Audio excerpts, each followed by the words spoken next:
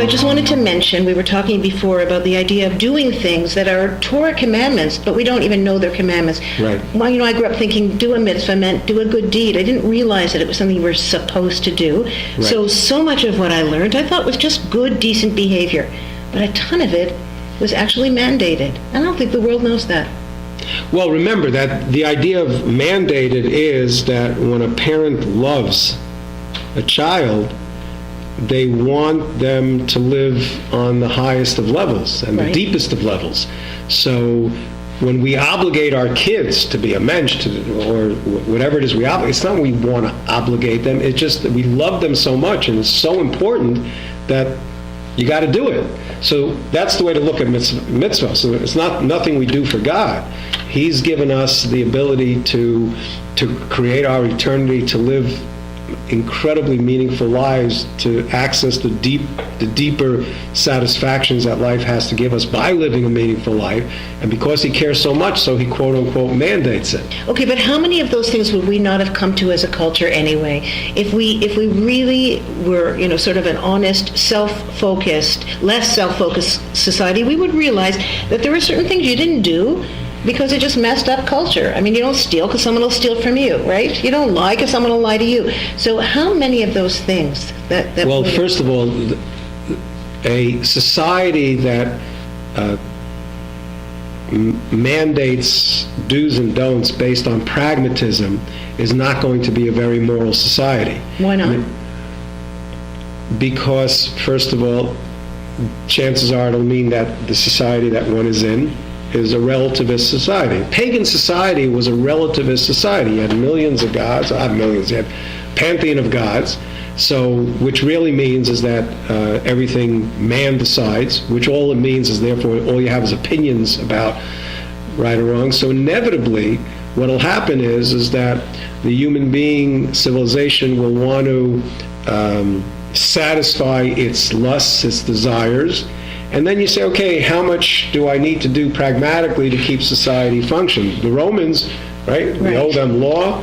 At the same time, Sunday morning was going to the Colosseum and literally seeing, I think the historians talk about, you could see up to 10 to 15,000 corpses of animals, of human beings on a week, when you went. Do you know that the Romans had, with their technological prowess, had pipes in the Colosseum that would spritz perfume when the stench got terrible from all the carcasses. This was entertainment.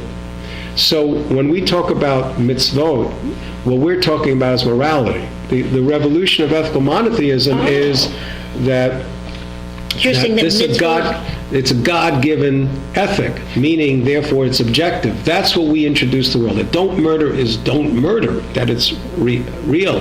And that the idea of being moral is not because we do it because of pragmatics, but because it is the right thing to do. Okay, so it's decided that it's the right thing to do because God decided. But what do you tell a person who says, I don't know if there's such a thing as God. Why should I accept those rules as absolute? What do you say? Right.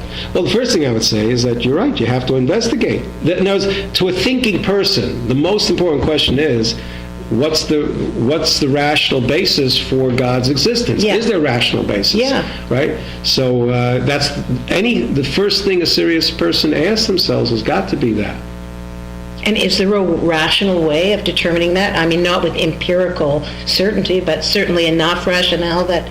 There's a Professor U of T calls it the principle of sufficient reason. Right. That there's nothing in life that we can know is 100%. But the way the human being makes decisions is you weigh the evidence and you say, what is most reasonable? And that is good enough for us to the point of taking our lives in our hands. Because anytime we get on an airplane, we don't know 100% the plane's going to take off. Sure. But what do? I weigh the evidence. The pilot looks like a pilot. It's Air Canada. They're cleaning the plane. I'm hoping that they're putting gas in. So I weigh the evidence, and I literally feel comfortable enough with that reasonability to get on the plane and risk my life. I hear that. So it's the same idea. But that's because I want to go somewhere and I need that plane to get there. Right. Why do I need God to get anywhere? Well, I would say this to any sensitive person that really is striving for to really be good. If it's just a nice thing to be good, you get so far. But if it's a moral imperative, right, that means even when you don't feel like being so good, you still do it. Also, that if I want a relationship with my Creator, I realize that this is how I established a relationship. Okay.